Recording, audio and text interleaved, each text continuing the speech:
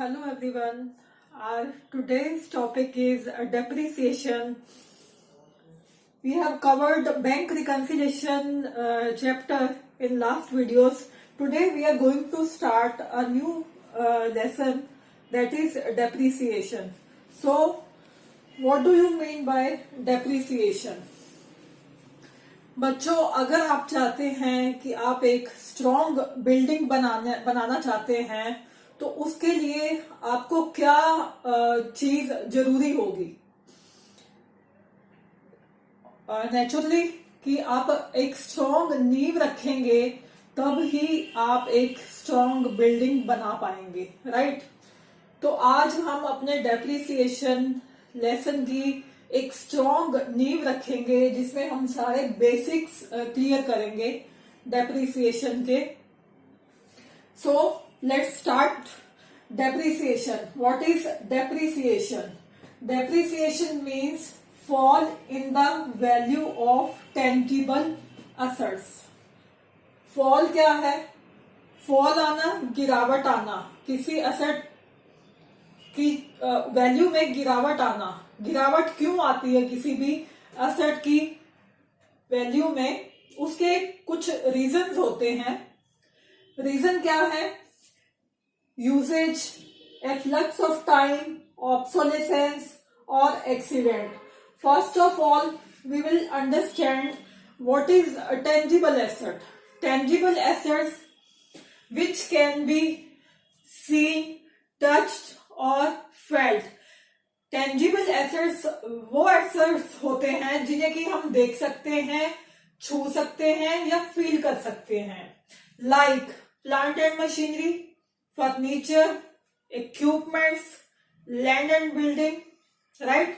ये ऐसी चीजें हैं जिन्हें हम देख भी सकते हैं, छू भी सकते हैं और फील भी कर सकते हैं. Fall in the value of tangible assets because of what? हमने फॉल समझ लिया कि फॉल क्या होता है. फॉल इज गिरना, गिरावट आना in the value of tangible assets. तो टेंजिबल एसेट भी हमने समझ लिया कि टेंजिबल एसेट्स कौन से होते हैं, राइट? तो फॉल का पहला कारण है यूजेज, कि यूज करने से कैसे हमारी एसेट में गिरावट आती है. सपोज बच्चों आपने एक लैपटॉप लिया है, राइट?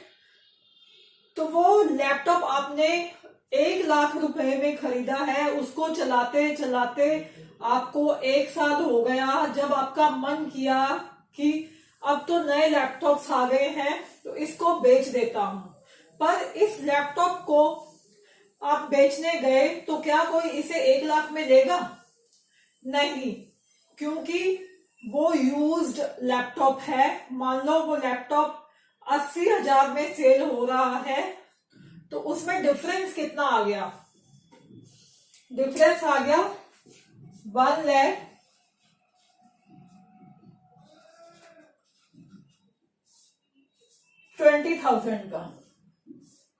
ये 20,000 क्या है? This is fall in price, that is depreciation. Use करने से एसेट को उसकी प्राइस में फॉल आता है. Now come to our second point, efflux of time. Efflux of time क्या होता है? Passing of time. Passing of time से जो वैल्यू में फॉल आता है that is called efflux of time. Suppose आपने लैपटॉप वैसे की वैसे ही बॉक्स में रखा है, उसको पड़े पड़े टाइम बीतता गया, टाइम पास होता गया, पर वो पैक्ड ही पड़ा है. तो क्या करेंगे? ये सपोज बिकता है आपका 80,000 में और कंपनीज ने नए मॉडल लॉन्च कर दिए 80,000 में, राइट? तो आपका लैपटॉप जो आपने परचेज किया था, जो पैक्ड ही पड़ा है, आपने अपने फ्रेंड से बोला कि मेरा 1 लाख का लैपटॉप है भाई, तो 80,000 का नया लेने जा रहा है लैपटॉप, तो मेरा 1 लाख में लैपटॉप यही ले ले, मैंने तो अभी यूज भी नहीं करा है. तो वो क्या खरीदेगा लैपटॉप? 1 लाख में आपका लैपटॉप. नहीं, वो 1 लाख में आपका लैपटॉप नहीं खरीदेगा।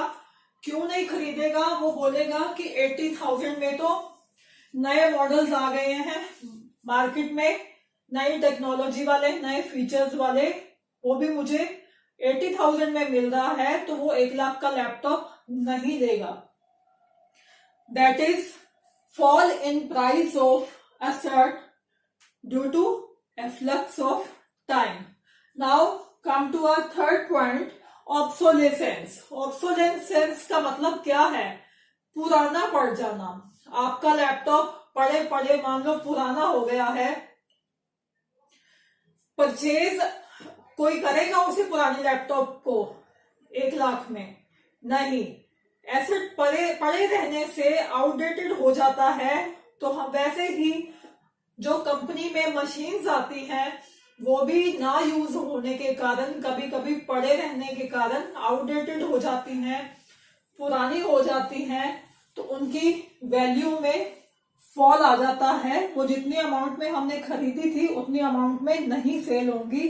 That is fall in the price of tangible assets due to obsolescence. Number 4 is accident.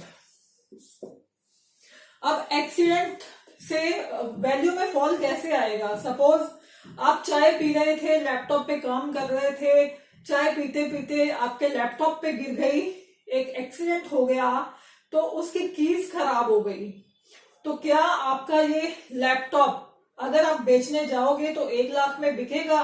No, because asset की वैल्यू में फॉल आ गया एक्सीडेंट होने के कारण, right? So these were the reasons कि डेप्रिसिएशन क्यों आता है। अब फैक्टर्स क्या हैं जो इफेक्ट करेंगे डेप्रिसिएशन को?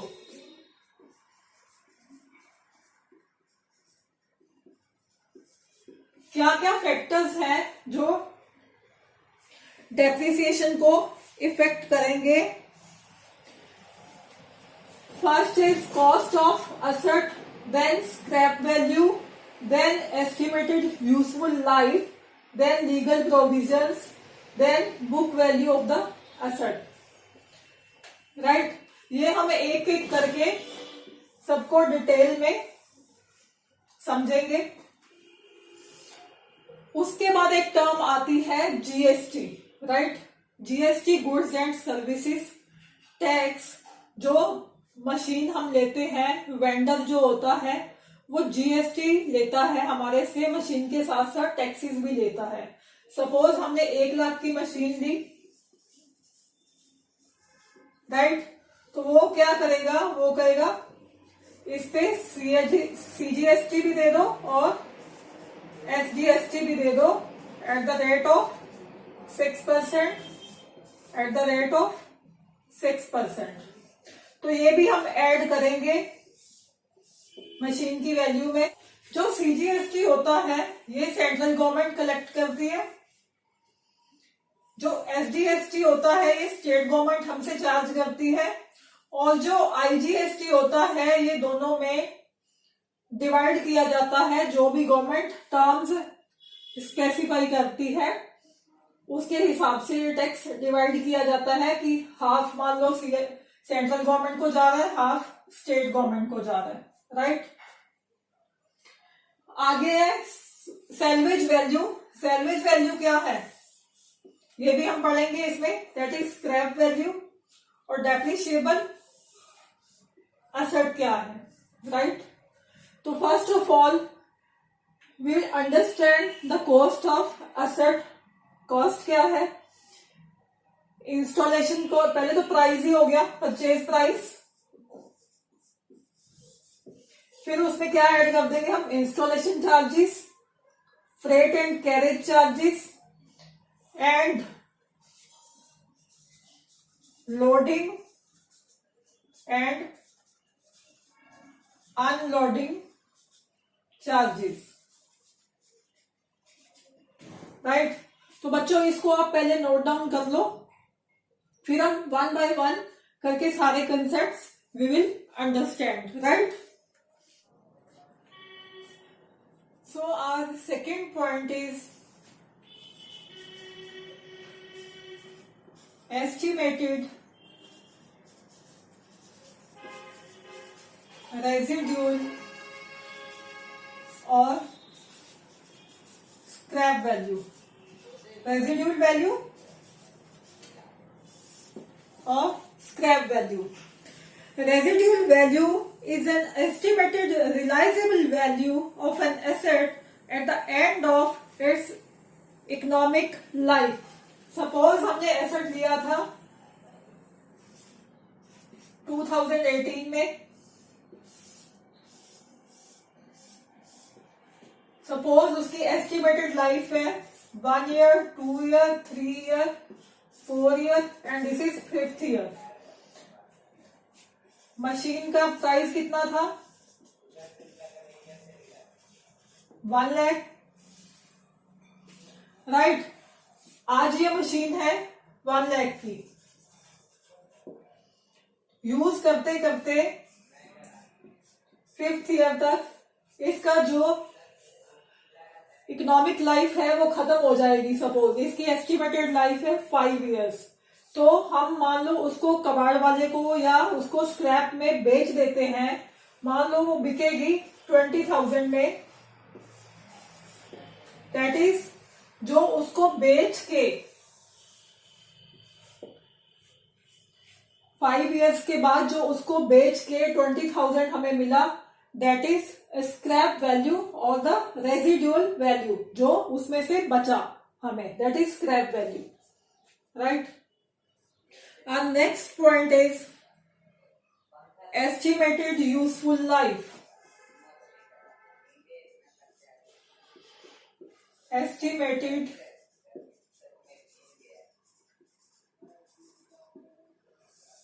आज हमने एक मशीन खरीदी है जो कि टू बी 1 lakh की है, राइट.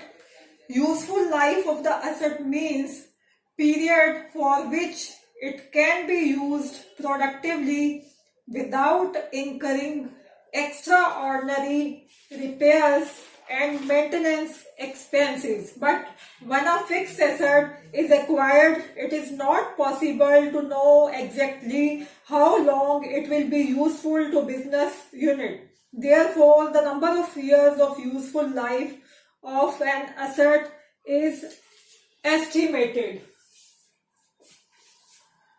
एस्टिमेटेड यूजफुल लाइफ क्या है. हम मान लेते हैं, हम सोच रहे हैं कि इस मशीन की एस्टिमेटेड लाइफ क्या हो गई, मतलब इसमें हम कितने, इस मशीन से हम कितने साल तक काम ले सके ताकि हमें जो एक्स्ट्रा ऑर्डिनरी कॉस्ट है या मेंटेनेंस एक्सपेंसेस है हायर वो ना इनकर करने पड़े. तो मशीन्स की एस्टिमेटेड लाइफ हम अनुमान लगा लेते हैं कि 5 years है या 10 years है, so on, right. Next point is legal provisions.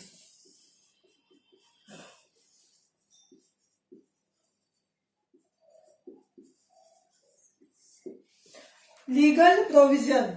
Company law or Income Tax Act prescribes the method and rate of charging depreciation.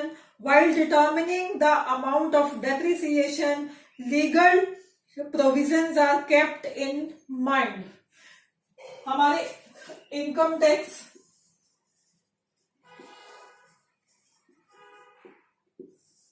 Act के अंडर उन्होंने जो लीगल टर्म्स है इसकी वो डिटरमिन करके रखी है कि किस मेथड से और किस रेट से हमें किसी मशीन पे डेप्रिसिएशन लगाना है. तो हम इस चीज को ध्यान में रखेंगे डेप्रिसिएशन लगाते समय. बुक वैल्यू ऑफ एसेट,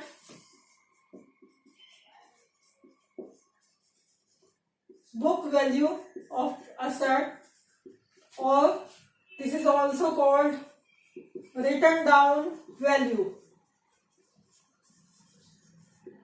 इसका मतलब क्या है. Book value of asset means the original cost of asset minus total depreciation till date. Book value is equal to original cost minus depreciation till date, जो amount आएगी that is book value, right. Now we'll take an example. Suppose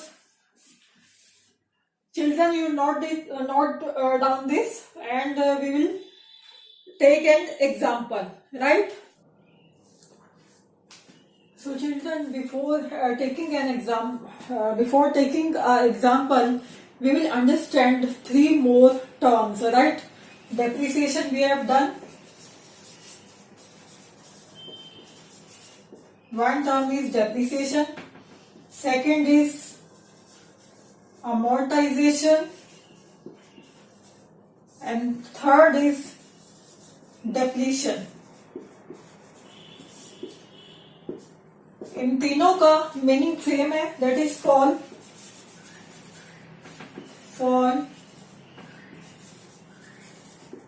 तो इनमें फिर difference क्या हुआ? Depreciation as we have understood, that is fall in the value of tangible assets like plant and machinery, right? Amortization क्या है? जब intangible assets की value में फॉल आता है. fall in the value of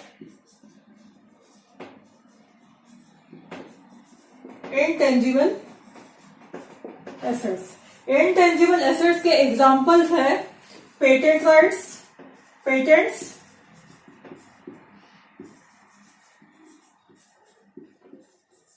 copyrights and ये ऐसी चीजें हैं जो हम अपनी ब्रांड वैल्यू के लिए परचेज करते हैं. Patent rights, copyrights and goodwill. ये इंटेंजिबल एसेट्स इसलिए है because we can't see them, we can't touch them, we can't feel them, right? These are the intangible assets. जो फॉल होता है इंटेंजिबल एसेट्स में उसको हम कहते हैं amortisation. And now it is depletion. Depletion means fall in the wasting assets like coal mining, coal extraction from the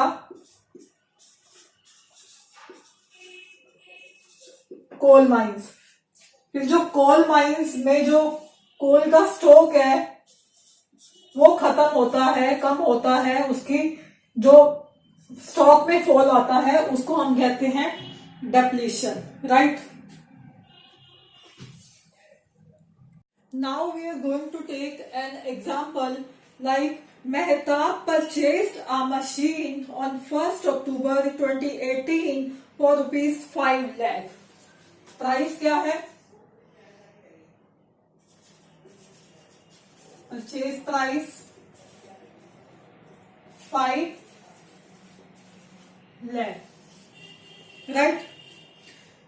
Plus CGST and SGST at the rate of 6% each. CGST at the rate of 6%, SGST at the rate of 6%, right? He paid 20,000 for loading, unloading charges and carriage expenses to bring the machine to factory. 25,000, right? For installing the machine. अब हमारे loading unloading charges क्या है?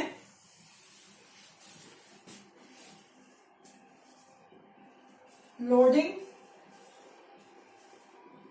Unloading charges that is 20,000 and installation charges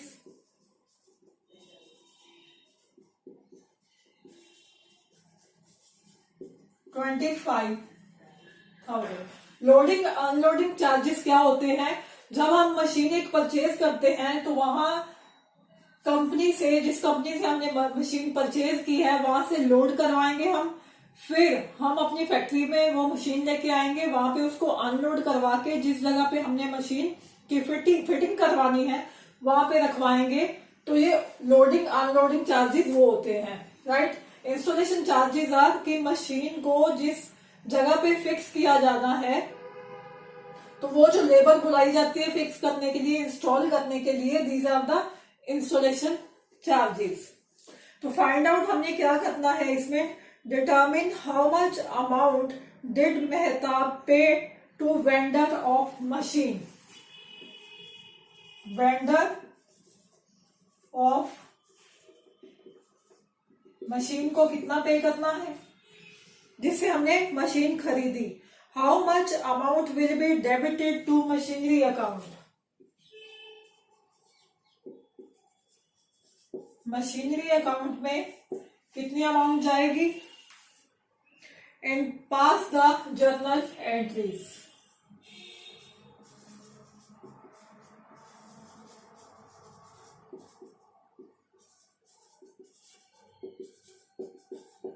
right. तो सबसे पहले हम case करेंगे कि हमने वेंडर को क्या पेमेंट करनी है, राइट। तो इसमें सबसे हम पहले लिखेंगे अमाउंट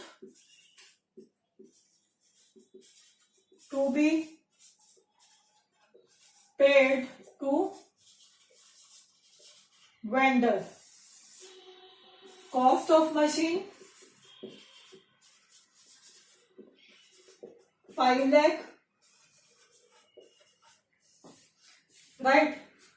तो जिससे हमने मशीन परचेज की है उसको सीजीएसटी और एसजीएसटी भी हमें देना है।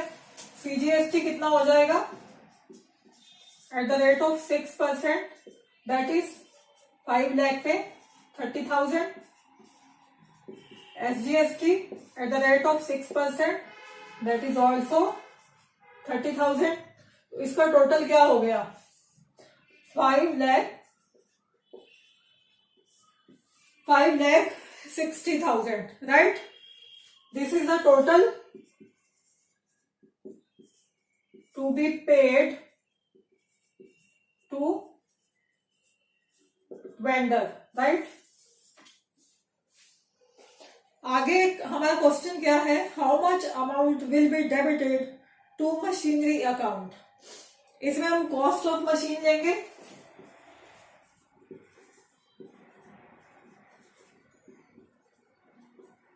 $5 लाख, राइट। इसमें हम ऐड करेंगे loading unloading charges, loading unloading charges, that is 20,000।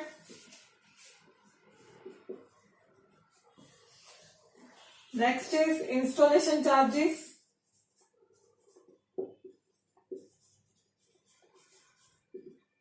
that is 25,000. This is total 5,45,000. Total to be debited to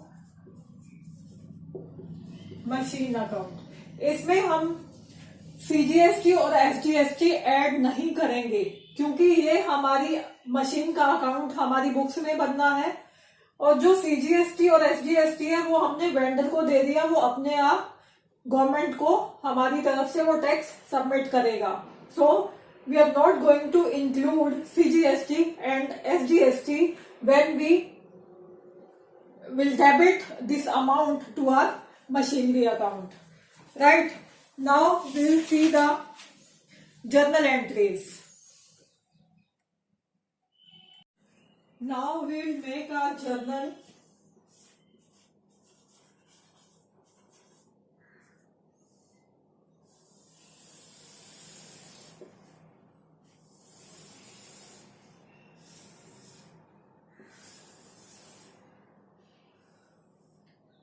This is date column.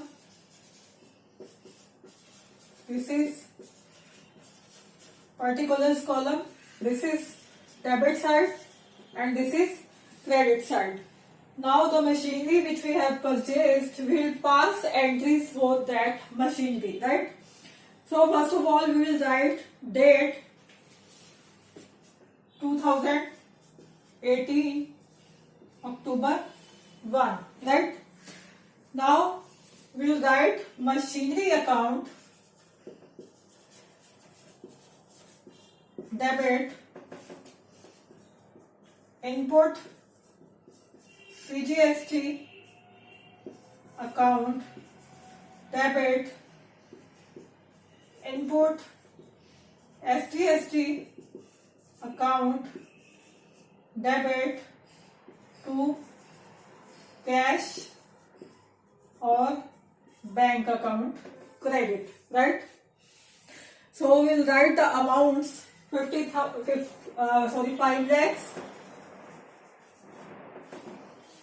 CGST is 30,000 and SGST is also 30,000 and total is that we have paid either by cash or by issuing a check, means through bank. That is 5,60,000. Narration क्या लिखेंगे? Being machinery purchased. Being machinery purchased, right? Now our date is same. Our second entry is machinery account debit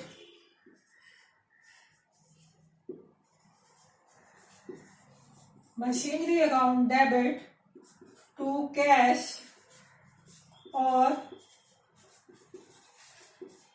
bank account. By how much amount? 45,000.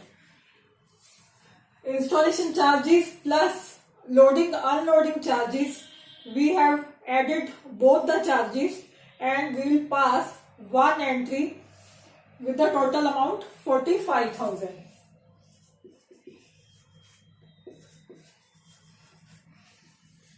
इसका narration क्या लिखेंगे? Being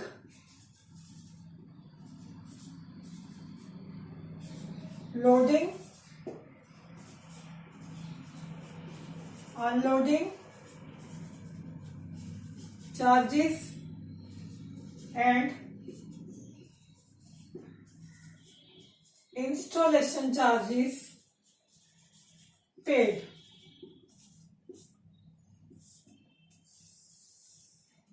अगर हमने cash में पे किए हैं ये चार्जेस तो राइट टू कैश अकाउंट. अगर हमने चेक के थ्रू बैंक के थ्रू पे किए हैं ये चार्जेस तो we will write to bank account, right? These were the two entries that we pass in our journal when we purchase a machine, right?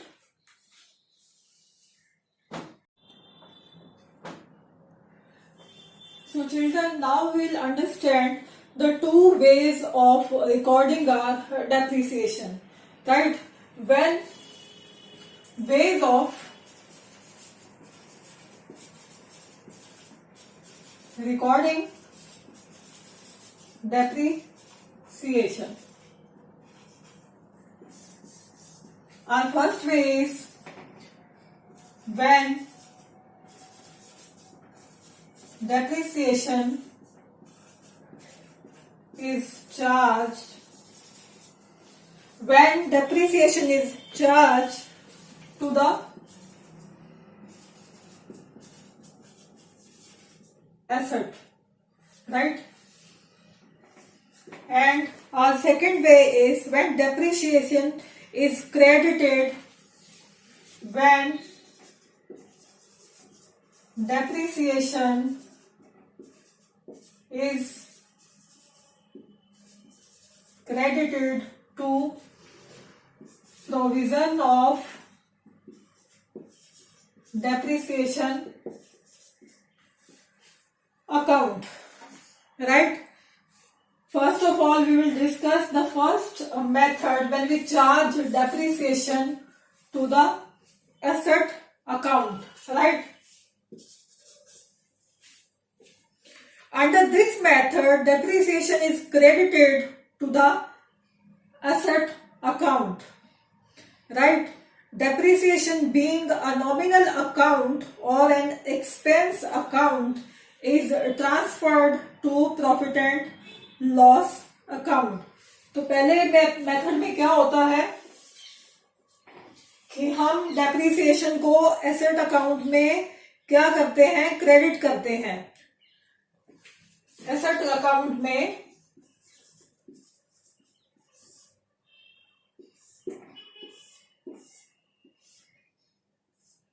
Depreciation को क्रेडिट करते हैं और साथ ही साथ इसको क्या करते हैं, डेप्रिसिएशन क्या है, एक एक्सपेंस अकाउंट है, एक नॉमिनल अकाउंट है। जो एक्सपेंस अकाउंट है वो राइट ऑफ होके कहाँ जाते हैं, कहाँ ट्रांसफर किए जाते हैं, प्रॉफिट एंड लॉस अकाउंट में। इसको डेप्रिसिएशन को प्रॉफिट एंड लॉस अकाउंट में ट्रांसफर कर दिया जाता है और फिर बैलेंस शीट में इसको क्या करना है, in the balance sheet asset is shown in balance sheet. Asset is shown at its written down value.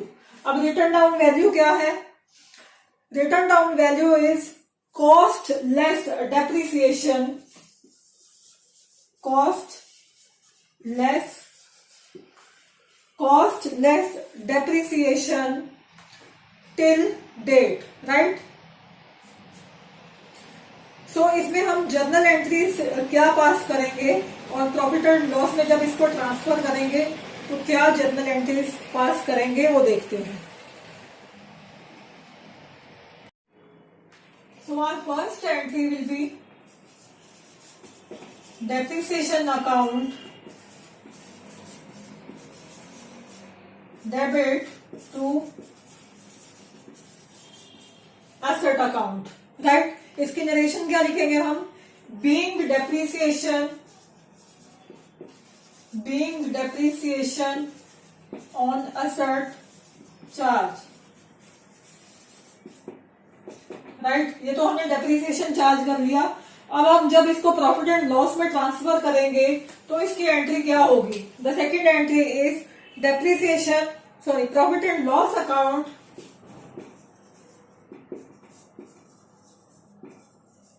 debit to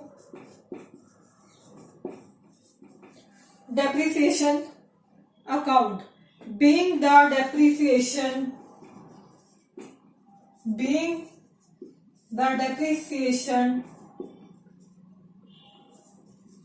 transferred to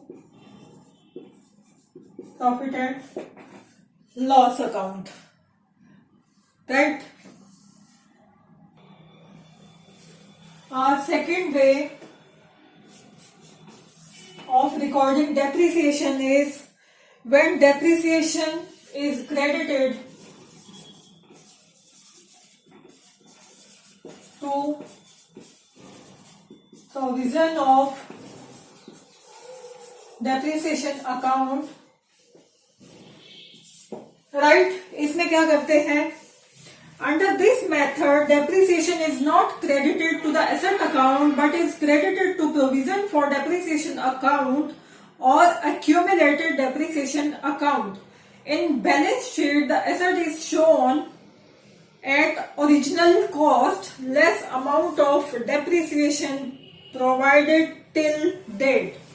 इसमें हम क्या करते हैं, एसेट को क्रेडिट नहीं करते हैं डेप्रिसिएशन का क्रेडिट होता है प्रोविजन अकाउंट में। डेप्रिसिएशन कहाँ क्रेडिट होता है,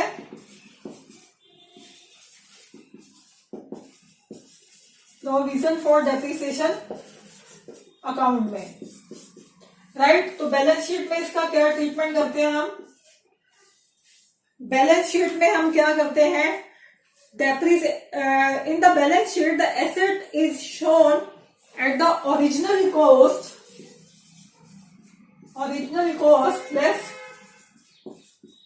depreciation till date, और इसको भी प्रॉफिट एंड लॉस अकाउंट में ट्रांसफर किया जाता है। तो राइट, इसकी एंट्रीज पास कर लेते हैं हम। फर्स्ट एंट्री होगी depreciation account, debit to provision for depreciation account. इसकी नरेशन क्या होगी? Being depreciation charge to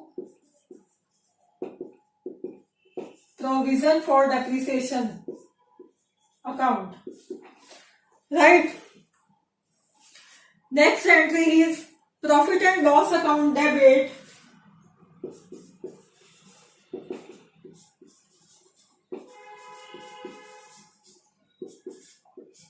to depreciation account, being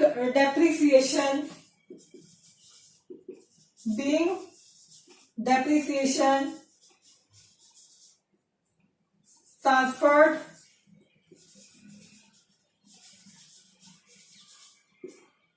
to profit and loss account, right? So this was all about the basics of depreciation, right children? So you revise this. So in my next video we will start our questions. Okay, take care, goodbye.